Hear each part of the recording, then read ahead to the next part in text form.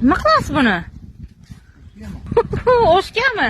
Inson uchun 4-5 oylik quyonlarning go'shti eng foydali hisoblanadi. Quyonlar tez o'sishi bilan boshqa jonivorlardan farq qiladi. Masalan, buzoqchaning vazni 47 kunga kelib 2 barobar ortsa, quyoncha 6 kunning o'zida xuddi shuncha vazn yig'adi. Bir oyda esa bu ko'rsatkich 10 barobarga yetadi. Bunday jadal yetiluvchanlikka sabab quyon sutining yuqori ozuqaviy qiymatga ega ekanligidadir. Ushbu ozuqa tarkibida to'laqonli yengil hazm bo'luvchi oqsil, vitamin, makro va mikroelementlardan temir, fosfor, kobalt, ftor, magniy, kaliy, marganez, rux va boshqa moddalar mavjud. Quyon go'shti mol, buzoq va tovuq go'shtlariga nisbatan foydaliroq hisoblanib, inson tanasida 90% gacha o'zlashtiriladi. Xalq tabobatida quyonning yog'i ham ko'pgina kasalliklarga davo hisoblanadi. Kosmetologiyada go'zallik vositalarining gipoallergik asosini yaratishda, shuningdek farmatsevtika sanoatida ham qo'llaniladi. Parhezbop hazm bo'lishi yaxshi o'zlashtiriladi. Tanada moddalar almashinuvini yaxshilaydi. Ayniqsa, ateroskleroz rivojlanishining oldini oladi. U bolalar, keksalar, homilador va emzikli ayollar, og'ir xastalikni boshdan kechirgan insonlar, yuqori jismoniy yuklama bilan ishlovchilar va sportchilarga juda ham foydali ozuqa hisoblanadi. Uni dietologlar yurak-qon tomir tizimi xastaliklarida, qandli diabet, gipertoniya, jigar, buyrak, o't yo'li